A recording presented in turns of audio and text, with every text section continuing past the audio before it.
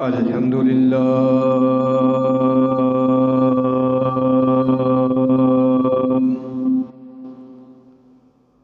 الحمد لله رب العالمين،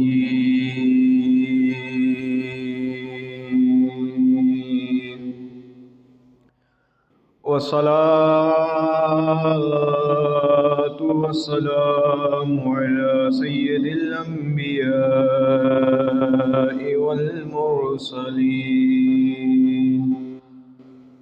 وعلى آله وأصحابه وأزواجه وعترته أجمعين. أما بعد، فأعوذ بالله من الشيطان الرجيم. بسم الله الرحمن الرحيم. قال الله تبارك وتعالى في القرآن المجيد والفرقان الحميد: ويطعمون الطعام على حبه مسكينا ويتيما وأسيرا.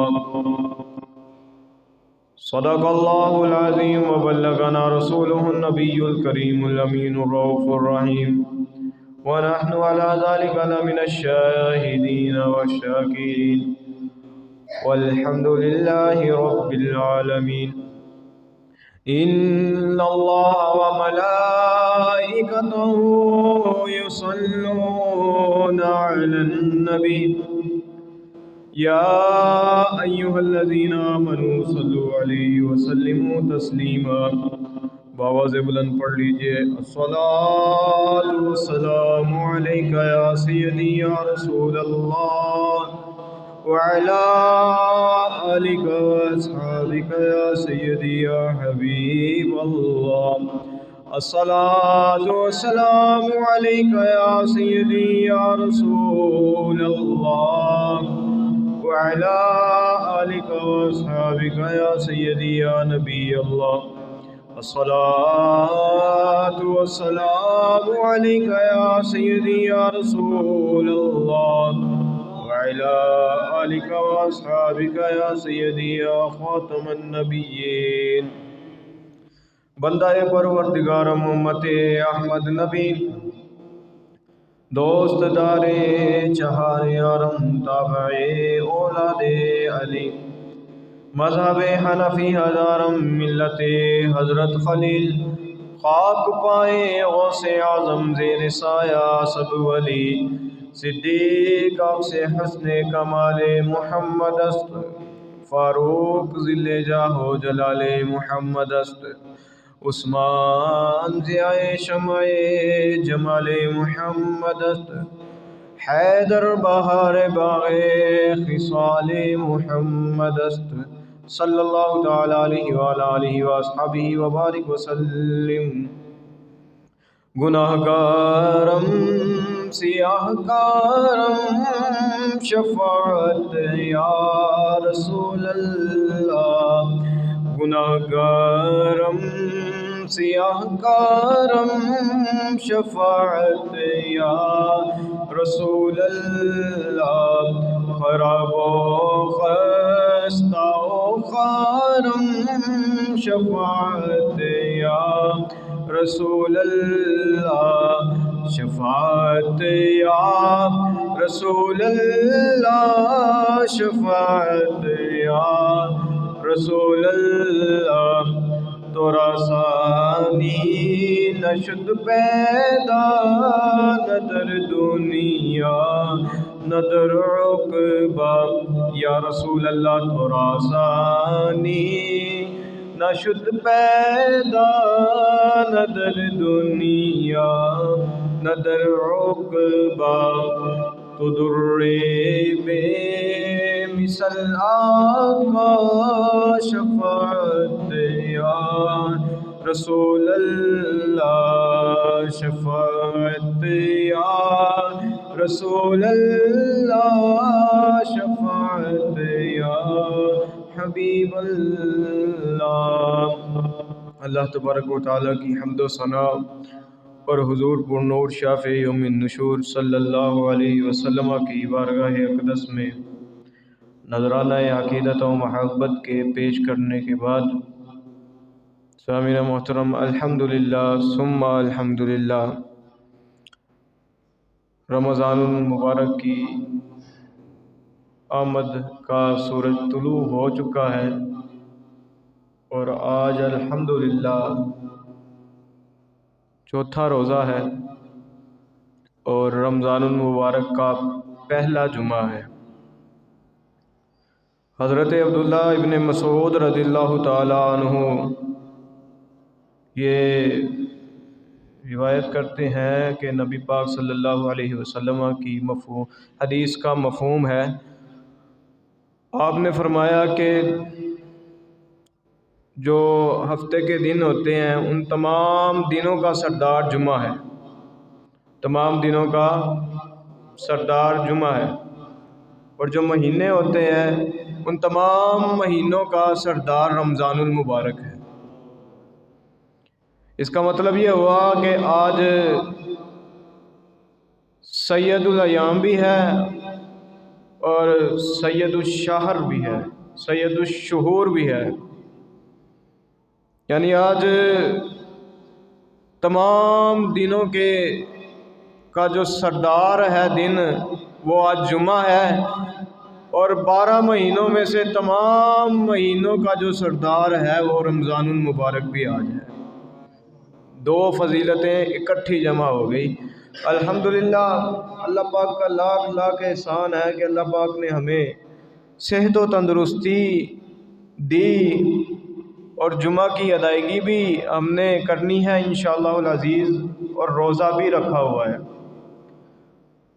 سامعین محترم، رمضان المبارک کے روزے ہم پر فرض کیے گئے ہیں، اس کے بغیر نجات نہیں ہے۔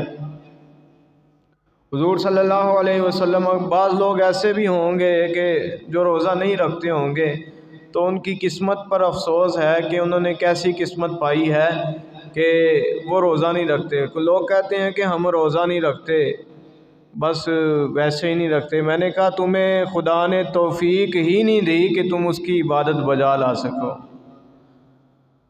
یہ عبادت خدا ہے، روزہ جو ہے یہ بھی خدا کی عبادت ہے، اور ایسی عبادت ہے کہ نبی پاک صلی اللہ علیہ وسلم نے ارشاد فرمایا کہ اللہ تعالیٰ یہ فرماتا ہے کہ تمام اعمال جو ہے ان کا بدلہ مل جائے گا، ان کا بدلہ یا تو جنت ہوگا یا تو دوزخ ہوگا، جیسا عمل بندہ کرے گا ویسا اس کو اس کا بدلہ مل جائے گا۔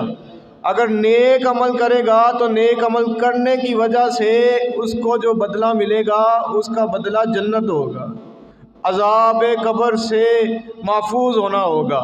لیکن رب کریم یہ ارشاد فرماتا ہے کہ جو بھی اعمال بندہ کر لے ان تمام اعمال کا بدلہ یا تو جہنم ہوگا یا جنت ہوگا۔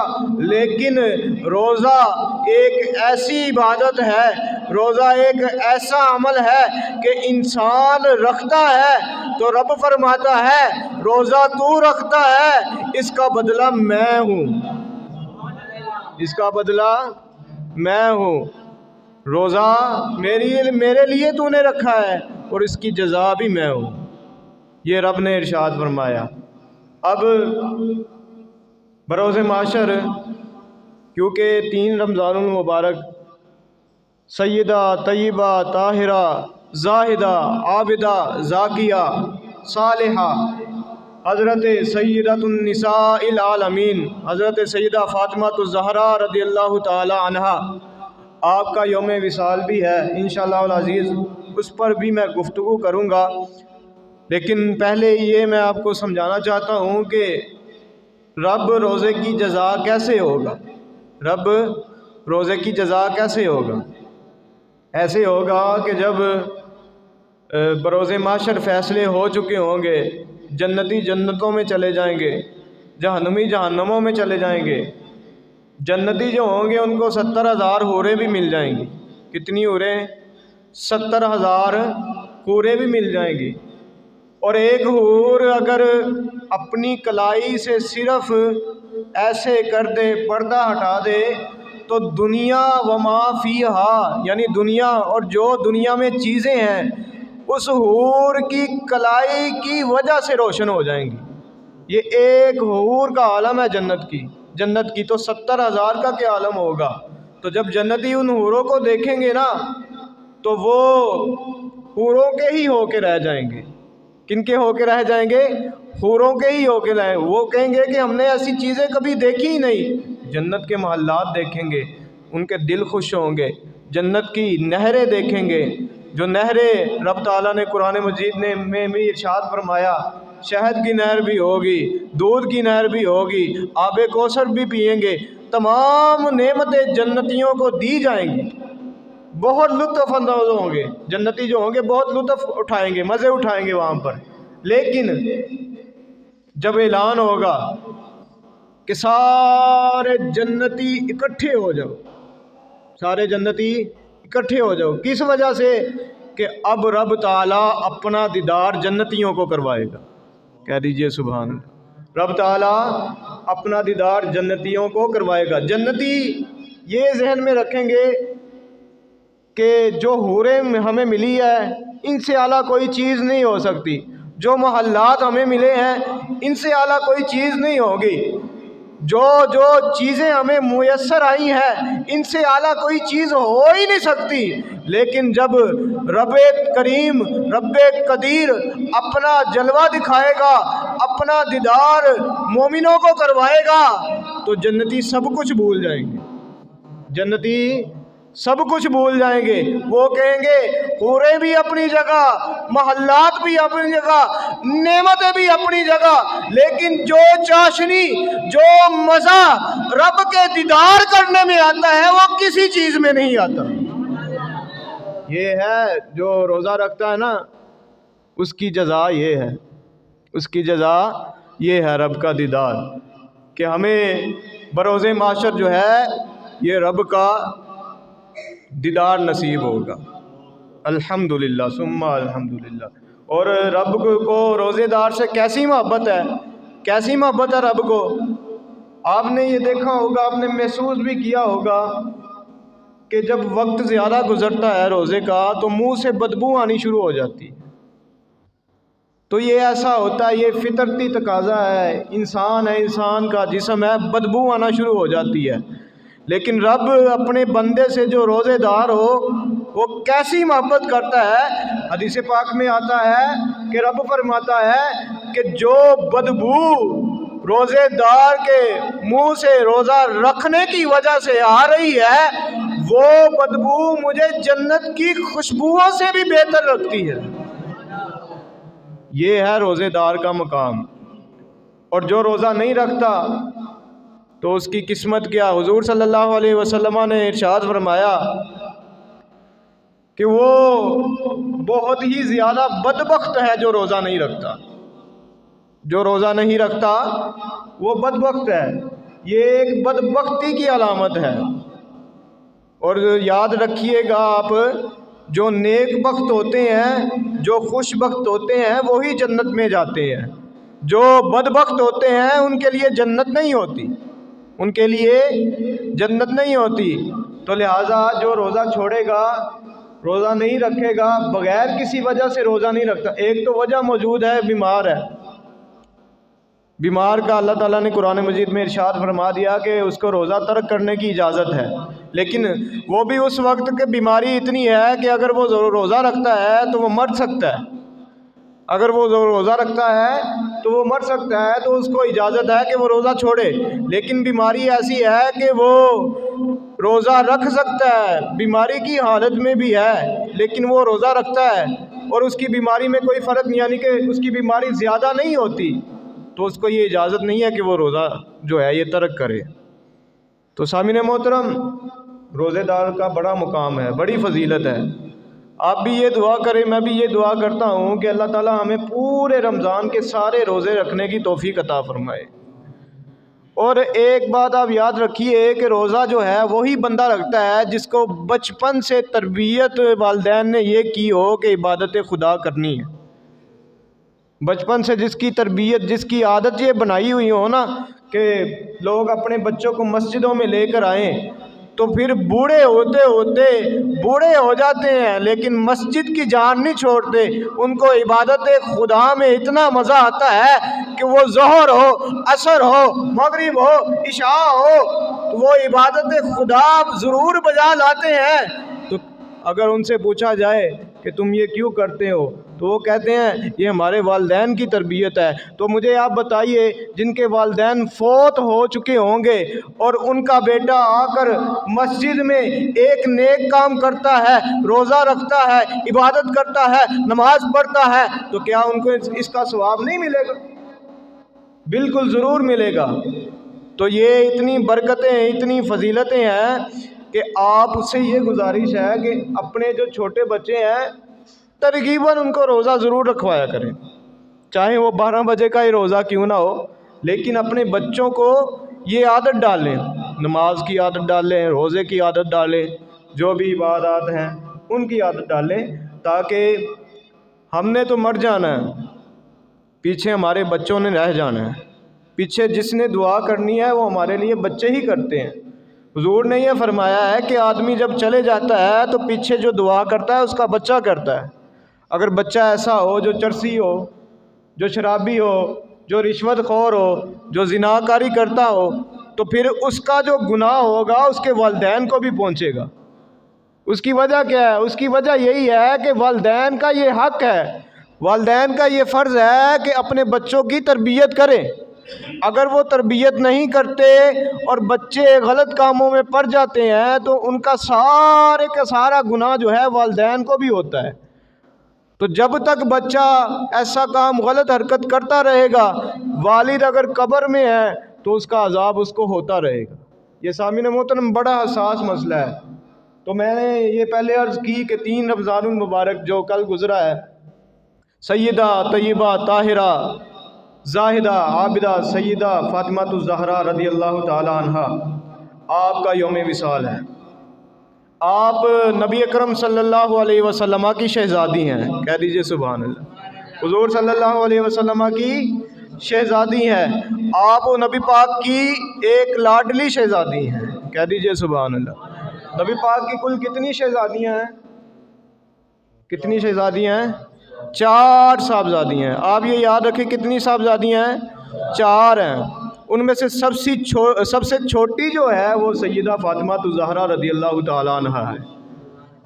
اور رسول کریم صلی اللہ علیہ وسلم کو سیدہ فاطمہ سے اتنا پیار تھا، اتنا پیار تھا، اتنی محبت تھی، آپ فرماتے تھے کہ اے سیدہ جس نے تجھے ناراض کیا اس نے ایسے ہی ہے گویا مجھے ناراض کیا، اور جس نے تجھے خوش کیا گویا اس طرح ہی ہے کہ جیسے اس نے مجھے خوش کیا.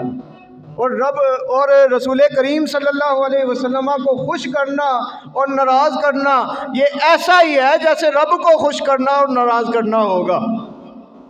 تو سامعین محترم، سیدہ فاطمہ الزہرا رضی اللہ تعالیٰ عنہ، آپ کا نام فاطمہ تھا. کیا نام تھا؟ فاطمہ. رسول کریم صلی اللہ علیہ وسلم نے آپ کا نام فاطمہ رکھا.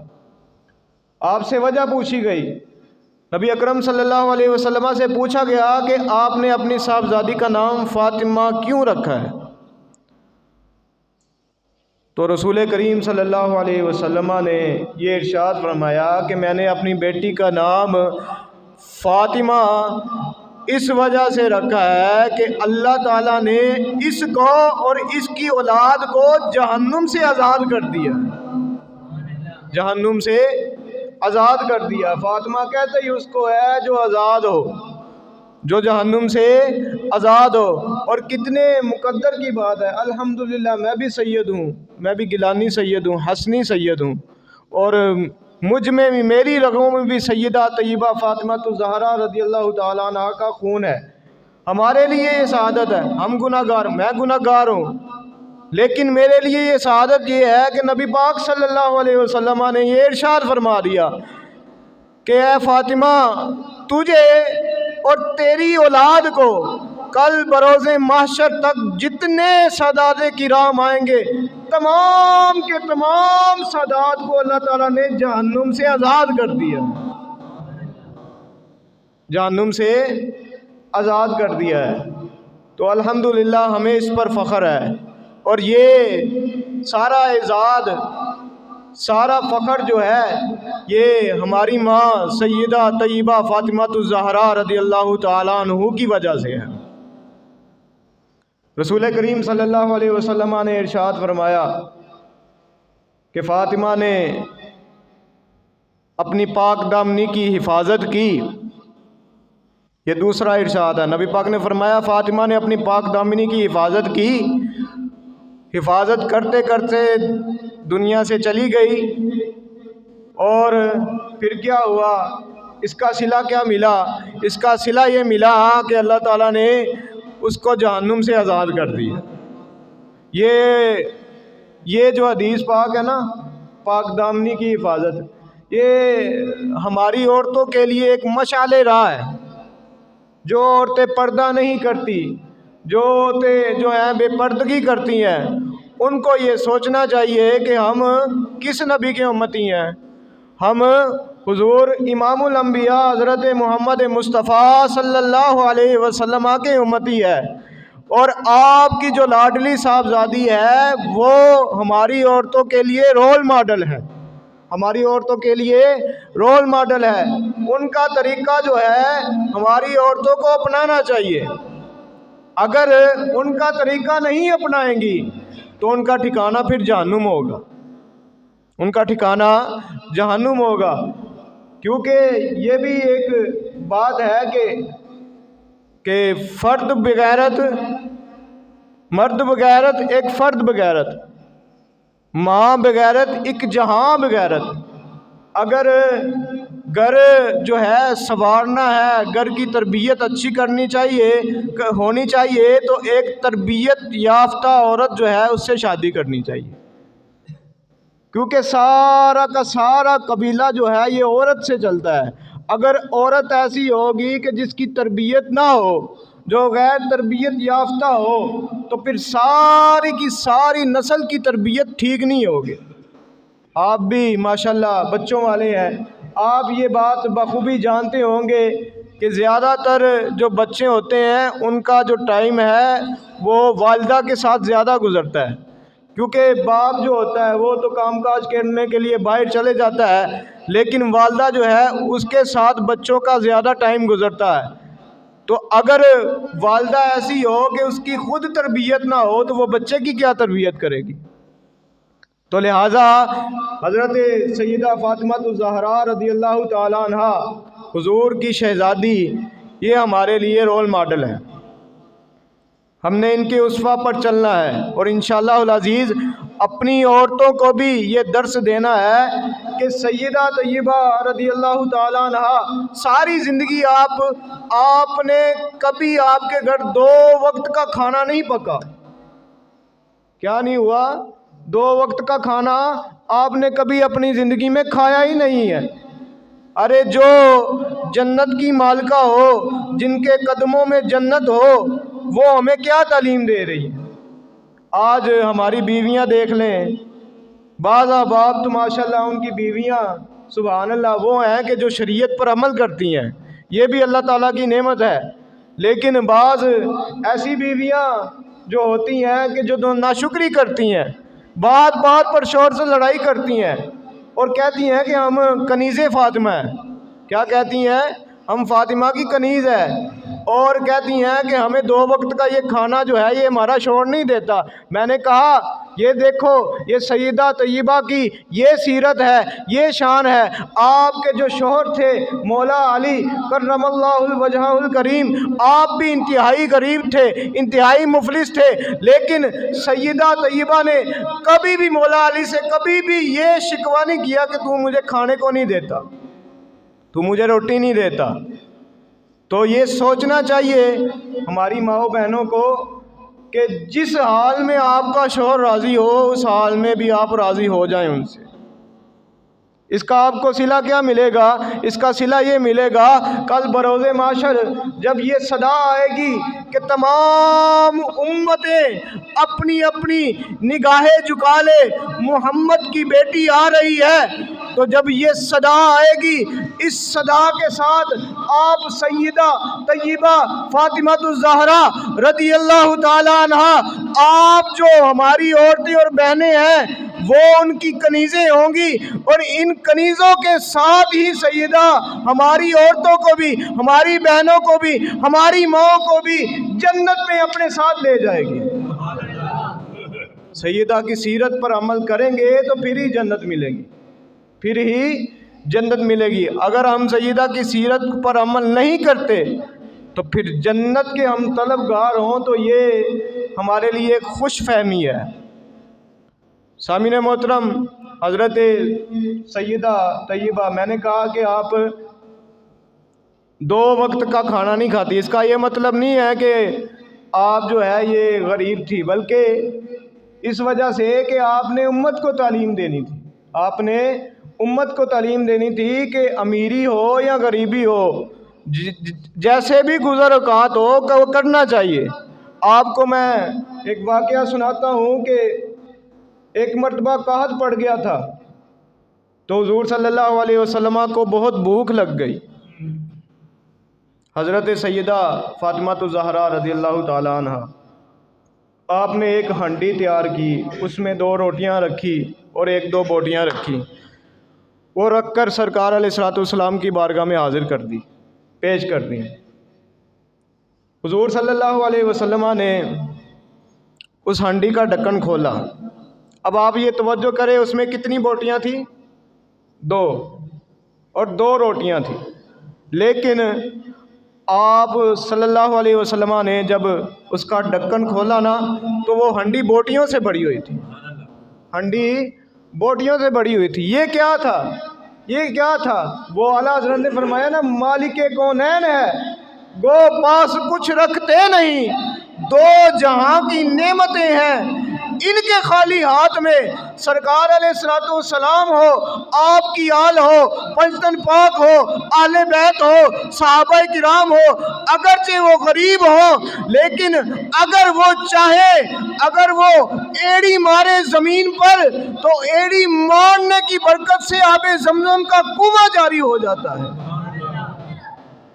یہ ہے تو سیدہ نے جب وہ برتن اٹھایا نا، اس ڈھکن کو کھولا تو بوٹیاں ہی بوٹیاں، آپ خود حیران ہو گئے۔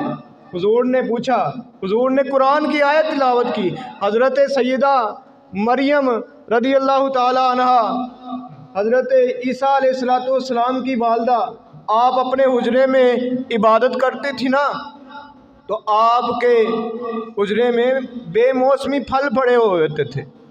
ایک مرتبہ ایک صاحب آئے اور آ کر سوال کیا کہ یہ آپ جو عبادت تو کر رہی ہیں یہ ٹھیک ہے، یہ پھل کہاں سے آ گئے آپ کے پاس؟ ان کا تو موسم بھی نہیں ہے تو یہ پھل کہاں سے آئے؟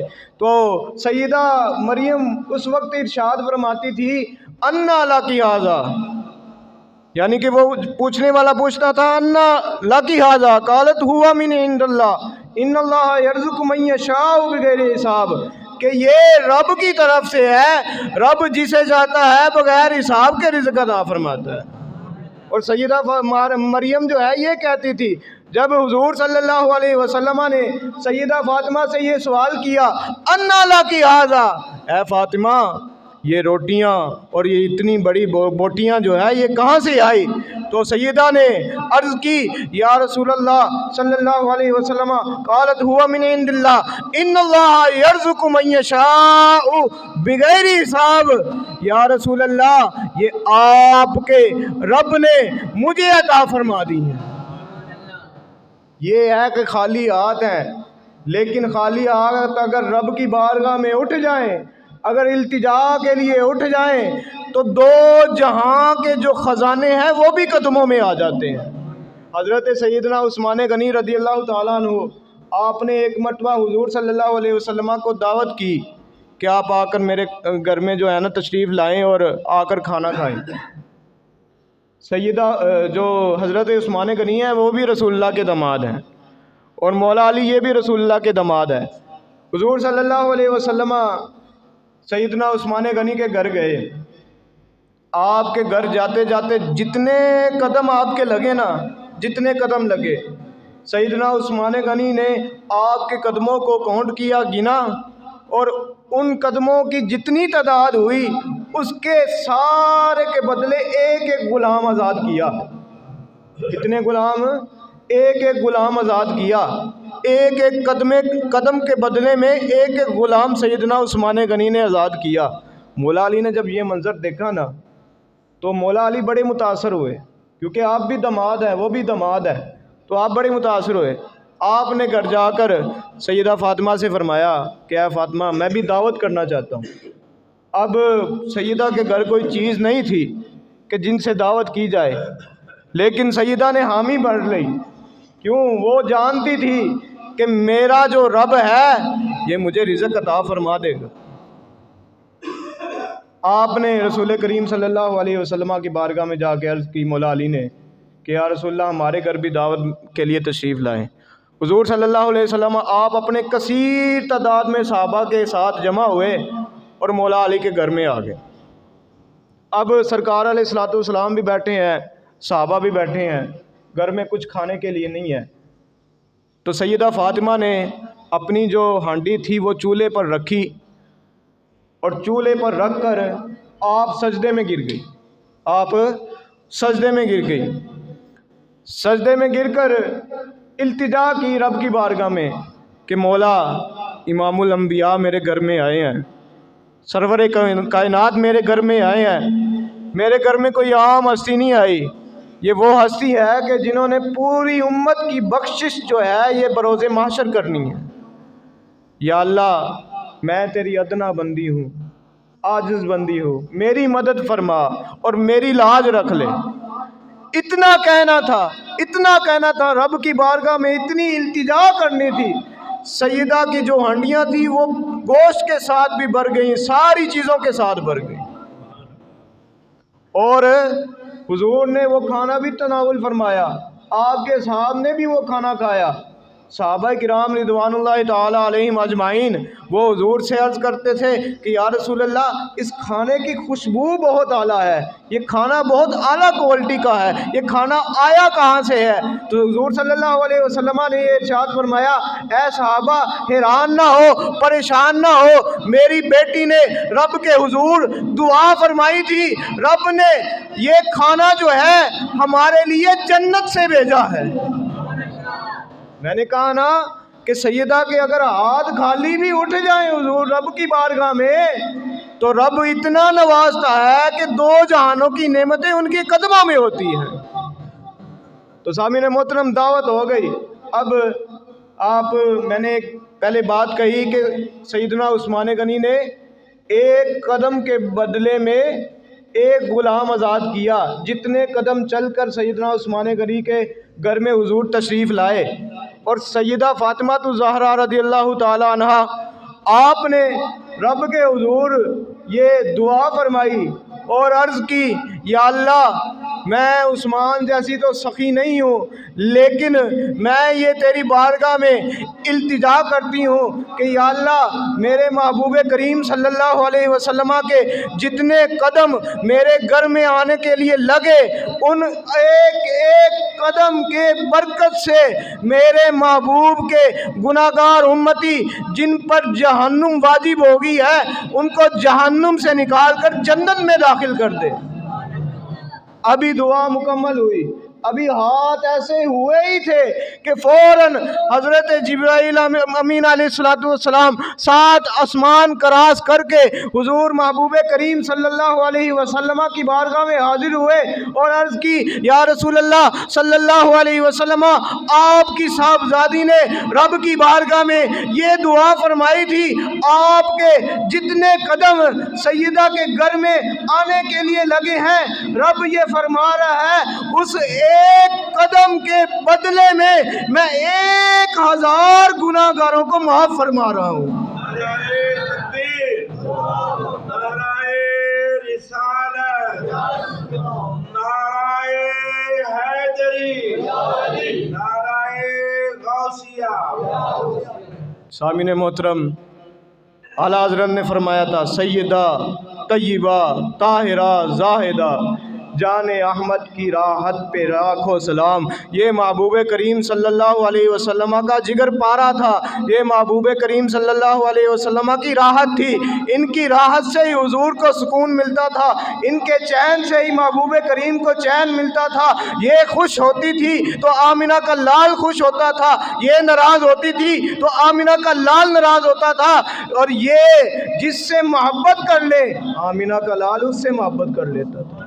اللہ کریم سے یہی دعا ہے کہ مالک کریم ہمیں سیدہ طیبہ سلام اللہ تعالی علی ابیہا کی سیرت پر عمل کرنے کی توفیق عطا فرمائے۔ وآخر دعوانا ان الحمد للہ رب العالمین۔